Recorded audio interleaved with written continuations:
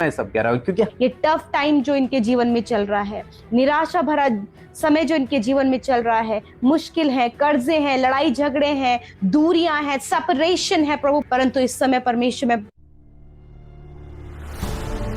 Praise the Lord. दोस्तों, हम आपका स्वागत करते हैं आज रात की प्रार्थना में और हम आपका बहुत बहुत धन्यवाद करते हैं क्योंकि पर्यावरण दिवस पर आप लोगों ने बहुत सारे पेड़ पौधे लगाए और आप लोगों ने अपनी सेल्फी, अपनी फोटो खींचकर हमें भेजी। इसके लिए हम आपका धन्यवाद करते हैं। और इतनी फोटोएं हैं कि अभी हमारी टीम सेलेक्ट करने पर ही लगी हुई है। हम परमेश्वर का धन्यवाद करते हैं कि प्रभु ने आपको हमारा एक परिवार बनाया, एक हिस्सा बनाया है। और बहुत जल्द वो फोटोएं जब सेलेक्ट हो जाएंगी तो बहुत जल्द हम उन्हें अपलोड भी करेंगे। और हम परमेश्वर का धन्यवाद करते हैं जो कार्य आपने किया है मात्र हमारे कहने से, ये बहुत बड़ी बात है। प्रभु आपको इसके बदले बहुत आशीष देगा। और एक विशेष बात मैं आपको बताना चाहूंगा, जैसे कि कल संडे है और संडे प्रभु का दिन होता है। हमने डिसाइड किया है कि संडे को जब आप कहीं भी चर्च जाएं या फिर आप घर में भी हैं, कहीं पर भी आप प्रभु की उपस्थिति में हैं, तो आप कल फास्टिंग में रहें। दिन तक हाफ डे फास्टिंग आप करें। मीन्स सुबह का नाश्ता न करें, सुबह से ही प्रभु की उपस्थिति में रहें और दिन का लंच, जो भी आपका टाइम है लंच करने का, उस समय आप लंच कर सकते हैं। और मीन्स आप इतना टाइम फास्टिंग में रहें। हमारी टीम, हमारा चर्च पूरा फास्टिंग में रहेगा। आप लोग भी फास्टिंग में रहे और प्रार्थना करें कि प्रभु इस मिनिस्ट्री को दुनिया की छोर तक अपना गवाह बनाए। ये मिनिस्ट्री दिन प्रतिदिन बढ़ती चली जाए। न केवल मैं बल्कि परमेश्वर का राज्य बढ़ता चला जाए।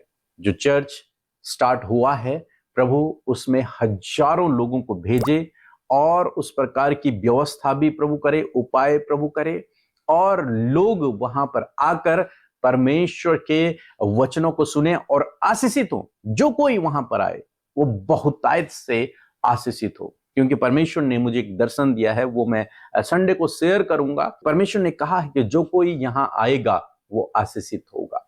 वो मैं संडे को आप लोगों को बताऊंगा। तो इसलिए आप जरूर से इस विषय के लिए प्रार्थना करें कि प्रभु का जो मिनिस्ट्री है, प्रभु का जो राज्य की बातें हैं, वो बढ़ती चली जाएं, बढ़ती चली जाएं, बढ़ती चली जाएं।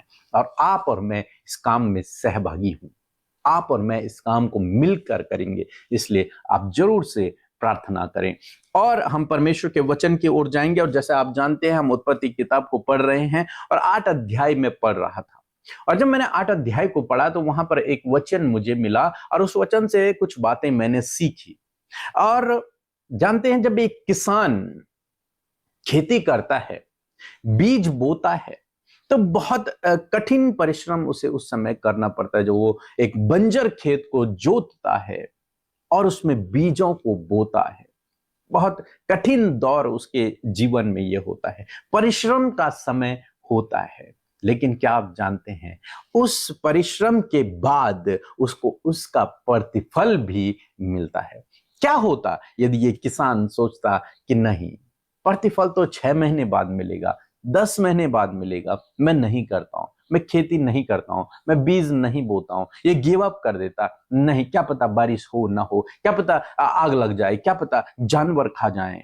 यदि वो इस प्रकार की बातें सोचता और खेती करना बंद कर देता, बीज बोना बंद कर देता, तो क्या होता? तो उसको उसका प्रतिफल नहीं मिल पाता। परमेश्वर ने एक सिस्टम बनाया है।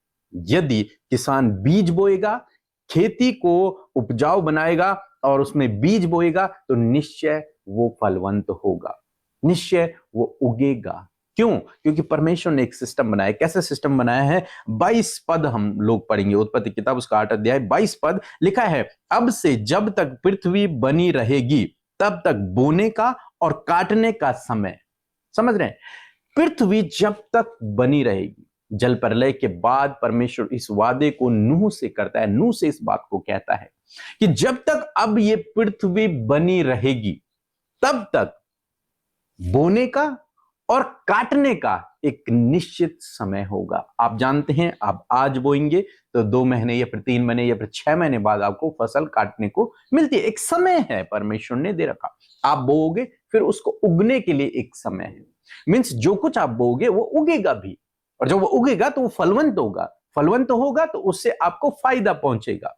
तो यही है, परमेश्वर ने ऐसा एक सिस्टम बनाया है। और आगे लिखा है ठंड का और तपन का, धूप काल का और शीतकाल का, दिन और रात निरंतर चले जाएंगे। मीन्स आज से लेकर जब तक ये पृथ्वी बनी रहेगी तब तक ये साइकिल जो है चलता रहेगा। आजकल बहुत अधिक गर्मी हो रही है, बहुत अधिक गर्मी हो रही है, और इस गर्मी में हर एक व्यक्ति परेशान हो जाता है। लोगों के कूलर नहीं चल पा रहे, एसी भी फेल हो जा रहा है, पंखे से तो कुछ काम नहीं हो पा रहा है, लेकिन बहुत परेशान हैं लोग गर्मी से। लेकिन क्या आप जानते हैं ये गर्मी कुछ ही समय के लिए है। 1-2 महीने बाद फिर बरसात होगा, उसके बाद फिर मौसम नॉर्मल हो जाएगा। मीन्स आज गर्मी है, आज कठिनाई है, आज आप स्ट्रगल कर रहे हैं, लेकिन वो समय दूर नहीं जब ये समय बीत जाएगा और एक अच्छा मौसम आपके जीवन में आ जाएगा। समझ रहे हैं आप मेरी बात को? ऐसे ही यहां पर परमेश्वर का वचन कहता है कि बोने का, काटने का समय है, धूप काल का और शीतकाल का एक समय है, गर्मी का, ठंड का एक समय है। मीन्स हो सकता है इस समय आप अपने जीवन में स्ट्रगल कर रहे हो, आप दुख में हो, आप परेशानी में हो, आप निराशा में हो, आपके रास्ते बंद हो, आपको कुछ भी समझ नहीं आ रहा क्या करना चाहिए, सब कुछ आपको गड़बड़ नजर आ रहा है, विपरीत नजर आ रहा है। लेकिन आज शाम में मैं आपको उत्साहित करना चाहूंगा कि परमेश्वर ने ऐसा सिस्टम बनाया है कि वो दिन दूर नहीं जब आप इन सब विपत्तियों से छुटकारा पाएंगे और आपके जीवन में खुशियों की लहर आएगी, आपके जीवन में आशीषें आएंगी, आपके जीवन में सफलताएं आएंगी, आपके जीवन में आनंद आएगा। क्यों मैं सब कह रहा हूं? क्योंकि हर चीज का समय है। यदि बोने का भी समय है तो काटने का भी समय है, यदि दुख का समय है तो फिर खुशी का भी समय है, आशीषों का भी समय है, यदि असफलता का समय है तो सफलता का भी एक समय है जो आपके जीवन में आने वाला है। हो सकता है आप इस समय असफलता से होकर गुजर रहे हैं, दुखों में हैं, निराशाओं में हैं, लेकिन वो दिन दूर नहीं जब आप अपने जीवन में आशीषों को देखेंगे, सफलताओं को देखेंगे, समृद्धि को देखेंगे। हर एक चीज का एक समय है। लेकिन जानते हैं इसमें एक चीज बहुत महत्वपूर्ण है। यदि कोई व्यक्ति सोचे कि बहुत अधिक गर्मी हो रही है, मैं नदी में कूद जाता हूं और मैं ठंडा हो जाऊंगा, वहां हमेशा के लिए ही ठंडा हो जाऊंगा, मर जाऊंगा, यदि वो ये सोचे तो उसका जीवन तो समाप्त हो जाएगा। वो उस शीतलता का, उस ठंड का एहसास उसे होगा ही नहीं, वो दिन वो अपने जीवन में देख ही नहीं पाएगा। यदि बोने वाला ये सोचे कि मैं नहीं बोता हूं क्योंकि बहुत लंबा समय लगेगा, तो वो उस फसल को अपने जीवन में देख ही नहीं पाएगा, उसका आनंद वो ले नहीं पाएगा, उसे वो खा नहीं पाएगा। मीन्स इनको क्या करना है कि वेट करना है, थोड़ा सा इंतजार करना है कि जो कुछ किसान ने बोया है उसके उगने के लिए वो इंतजार करे। और यदि वो इंतजार करेगा तो वो फसल को देखेगा, वो कटने को करेगा। यदि इस धूप में आप थोड़ा सा धीरज रखेंगे, इंतजार करेंगे इस गर्मी के समय में, तो आप ठंड को भी अपने जीवन में देखेंगे, आप शीतलता को भी अपने जीवन में देखेंगे। कहने का क्या मतलब है कि आपको धीरज रखना आवश्यक है। आपने इस समय बोना है, ये बोने का समय है। बोने का मीन्स क्या है? आप प्रार्थना करें, आप प्रार्थना करें, प्रभु से प्रार्थना करें और विश्वास में बने रहें। निश्चय आप कटनी को करेंगे, निश्चय आप फलवंतता को अपने जीवन में देखेंगे, निश्चय सफलता को अपने जीवन में देखेंगे, निश्चय उन आशीषों को आप अपने जीवन में देखेंगे। बस आपको क्या करना है? किसान की तरह आपको धीरज रखना है। जैसे हम लोग आजकल गर्मियों में धीरज रखे हुए हैं, इंतजार कर रहे हैं कि अच्छा समय आने वाला है, अच्छा मौसम आने वाला है, ऐसे ही आपको इंतजार करना है। एक एक्साइटेडपन आपके अंदर होना चाहिए, प्रभु के आश्चर्य कर्म को देखने की एक उम्मीद, एक आशा आपके अंदर होनी चाहिए कि नहीं, आने वाले दिनों में मैं प्रभु के आश्चर्य कर्म को देखूंगा, आने वाले दिनों में मैं प्रभु के उन आशीषों को अपने जीवन में देखूंगा, उसकी भलाई को अपने जीवन में देखूंगा, उन बंद दरवाजों को मैं खुलते हुए देखूंगा। एक किसान जब बीज बोता है तो उसके अंदर ये विश्वास, ये आशा होती है कि मैं इसकी कटनी को करूंगा। ऐसे ही आपको करना है। निश्चय जब आप इस प्रकार का विश्वास, इस प्रकार का धीरज, इस प्रकार की आशा अपने अंदर बना के रखेंगे तो जो कुछ आपने बोया है आप उसकी कटनी करोगे और सही समय पर होगा। ऐसा नहीं होगा, सही समय पर काम आपके लिए होगा। आप ये ना सोचें कि समय बीत जाएगा, नहीं, सही समय पर आपके लिए काम होगा, क्योंकि हमारा परमेश्वर समय का परमेश्वर है। सो प्रभु आपको इस वचन के द्वारा बहुतायत से आशीष दे। आमीन। को जय मसीह की इस सुंदर सी शाम में हम आप सबका स्वागत करते हैं। मैं आशा करती हूँ प्रभु का ये वचन जो आप तक पहुंचा है उसे आपने ग्रहण करके अपने जीवन के लिए बहुत ही ज्यादा काम में लाने के लिए आप विश्वास कर रहे हैं कि प्रभु का वचन आपके जीवन में कार्य करेगा। सो आइए हम सब मिलकर आज की शाम में प्रभु से प्रार्थना करें।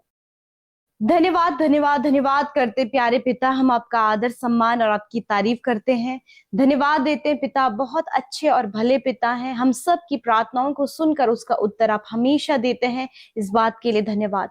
जितने भी लोग प्रभु जी आज की शाम में हमारे साथ इस प्रार्थना में शामिल हैं, जहां कहीं से भी प्रभु ये ऑनलाइन हमें देख रहे हैं प्रभु, वहीं प्रभु तेरी उपस्थिति इन भाई बहनों के साथ में, इनके परिवार, इनके बच्चों के साथ में होने पाए परमेश्वर। और होने दे प्रभु एक एक जन प्रभु जी आपके वचन को जब उन्होंने सुना है प्रभु, तो इस वचन के द्वारा प्रभु यीशु मसीह अद्भुत कार्य प्रभु तेरे लोगों के जीवन में होने पाए। प्रभु यदि आज कोई भी ऐसा कार्य प्रभु आपके लोगों के जीवन में हुआ पिता परमेश्वर, कोई भी ऐसी गलती उनके जीवन से हुई प्रभु जो कि प्रभु तेरे विरोध में प्रभु गलत है प्रभु जी, तो आज आप हर एक भाई बहन को पिता जिनसे की गलतियां हुई है, गुनाह हुए हैं प्रभु, आप उन्हें माफ करें प्रभु, क्योंकि आप अपने लोगों के अधर्मों को क्षमा करते हैं और उनके पापों को कभी भी स्मरण नहीं करते परमेश्वर, वरन आप उन्हें मौका देते हैं प्रभु कि वो अपने आप को बदल कर सही रास्ते पर चल सके। मैं धन्यवाद करती हूँ आज बहुतों ने प्रभु जब अपनी गलतियों को आपके आगे माना है, तो प्रभु आप उन्हें प्रभु सहायता करें कि वो सही से परमेश्वर एक सही रास्ते पर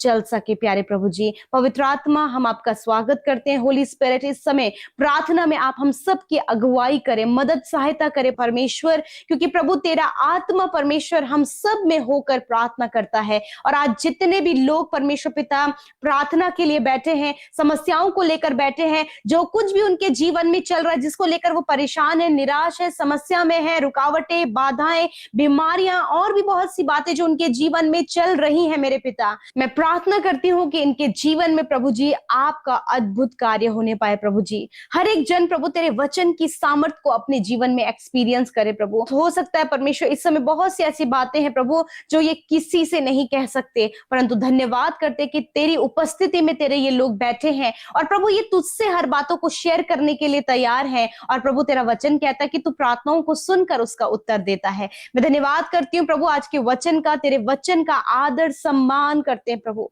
सच में तेरा वचन जीवित है प्रभु, तेरा वचन कार्य करता है प्रभु, तेरा वचन ढाढ़स देता है प्रभु, तेरा वचन प्रभु हमें प्रभु जी मजबूत करता है प्रभु। कई वक्त प्रभु ऐसा जीवन में आते हैं प्रभु जी जब प्रभु निराशाओं का वो समय होता है प्रभु, परेशानियों का वो समय होता है, मुश्किलों का वो समय होता है, परंतु धन्यवाद कि तेरा वचन एक उम्मीद और आशा बनकर हरेक के जीवन में परमेश्वर पिता ज्योति को प्रभु जगाता है परमेश्वर पिता। मैं प्रार्थना करती हूँ कि प्रभु जी जो कुछ भी आपके लोगों ने अपने जीवन के लिए बोया है परमेश्वर पिता, आने वाले समय में वो उसकी कटनी कर पाए परमेश्वर पिता। ये टफ टाइम जो इनके जीवन में चल रहा है, निराशा भरा समय जो इनके जीवन में चल रहा है, मुश्किल है, कर्जे हैं, लड़ाई झगड़े हैं, दूरियां हैं, सेपरेशन है प्रभु, पर रिश्तों में बहुत सी गड़बड़ियां हैं प्रभु। मानो कि ये एक प्रभु धूप काल की तरह प्रभु जी, एक तपन की तरह परमेश्वर इनके जीवन में कार्य कर रहा हो, परंतु इस समय परमेश्वर मैं विश्वास करती खुदावन क्योंकि तू समय का परमेश्वर है, इस समय से प्रभु तू इन्हें बाहर निकालेगा और प्रभु तू एक अच्छे समय में प्रभु जी इन्हें ले जाएगा प्रभु, जिस समय में खुशहाली, आनंद, शांति, बहुतायत, भरपूरी, बढ़ोतरी, ये सारी बातें इनके जीवन में ये देखने पाएंगे। यदि आज ये परेशानी अपने परिवार में परेशानी को देख रहे हैं, ये अपने बिजनेस में परेशानियों को देख रहे हैं, ये अपने पर्सनल लाइफ में परेशानियों को देख रहे हैं, ये अपने बच्चों के जीवन में परेशानियों को देख रहे हैं, मैं प्रार्थना करती हूँ कि इस समय प्रभु यीशु मसीह आप इनके जीवन में पूरा करें और खुदावन उस समय को आप इनके जीवन में लेकर आए जो खुशियों भरा, आनंद भरा, चंगाई भरा, सफलता भरा और बहुत से अद्भुत कार्यों से भरा हो पिता। ऐसा समय प्रभु आप इनके जीवन में लेकर आए परमेश्वर। धन्यवाद क्योंकि आप समय के परमेश्वर हो प्रभु जी। इस समय जितने भी लोग बीमार हैं आप अपनी बीमारी की जगह पर हाथ रखें प्रभु यीशु नासरी के नाम से। हर एक बीमारी जो इनके शरीर को कमजोर कर रही है, जो इनके अंदरूनी अंगों को कमजोर कर रही है, जो भी बॉडी पार्ट्स काम नहीं कर रहे हैं, यीशु नासरी के नाम से मैं बीमारी, दर्द, घाव, चोट को आज्ञा देती हूं इनके शरीर को छोड़कर जाओ। इसी वक्त छोटे बच्चे, नौजवान भाई बहन, बुजुर्ग इसी वक्त चंगे हों। इनकी आंखें चंगी हो जाए, इनके कान चंगे हों, इनके मुंह चंगा हो, ये चलने फिरने लगे, ये देखने लगे, ये बोलने लगे, ये सुनने लगे यीशु के नाम से। और प्रभु जो भी इन्हें हेयर फॉल है, जो भी ट्यूमर है, जो भी कैंसर है, जो भी पैरालाइज की प्रॉब्लम है, जो भी अर्थराइटिस की प्रॉब्लम है पिता, जो भी साइटिका की प्रॉब्लम है, खुदावंद यीशु के नाम से हर एक रोग, हर एक बीमारी जाओ इनके शरीर को छोड़कर। इसी वक्त प्रभु इनकी मांसपेशियां, हड्डियां, नसें रिकवर हो in the name of Jesus. हम धन्यवाद करते हैं पिता, आपने छुआ, आपने चंगा किया। हम आपकी महिमा, स्तुति, तारीफ करते हैं प्रभु। धन्यवाद करते हैं ये समय तूने दिया है प्रभु, और ये समय में प्रभु जी तूने तेरे लोगों के शरीर को, उनके अंदरूनी अंगों को तूने चंगा किया प्रभु, क्योंकि निश्चय तूने इनके रोगों को सह लिया और दुखों को उठा लिया। आज की रात में पिता हर एक दुख, हर एक डिप्रेशन भरा रीजन यीशु के नाम से चला जाए। नींद आने की समस्याएं चली जाए, बुरे सपने चले जाए, मृत्यु के विचार चले जाए, नेगेटिविटी चली जाए यीशु के नाम से। खुदावन मैं प्रार्थना करती हूँ कि आज रात में अच्छी नींद से सुलाएं, कल का दिन तेरे साथ में देखें। आप इनसे वचनों के द्वारा, दर्शनों के द्वारा इनसे बातचीत करें प्रभु, और अपनी बातों को इन पर प्रकट करें। धन्यवाद पिता कि आप हमारे बहुत करीब हैं और आप हमसे प्यार करते हैं। हर एक विनती प्रार्थना जो इंस्टाग्राम, फेसबुक, टेलीग्राम के माध्यम से, यूट्यूब कमेंट्स के माध्यम से तेरे लोगों ने विनती दी है, वो जहां कहीं भी है और इस प्रॉब्लम से ग्रसित है, यीशु के नाम से इसी वक्त वो छुटकारा पाए। धन्यवाद करते प्रभु, तूने हमारी प्रार्थनाओं को सुना। सारी बातों में हम आदर, महिमा, जलाल आपको देते हुए प्रार्थना यीशु के नाम से मांगते हैं। सुने और ग्रहण करें। आमीन, आमीन और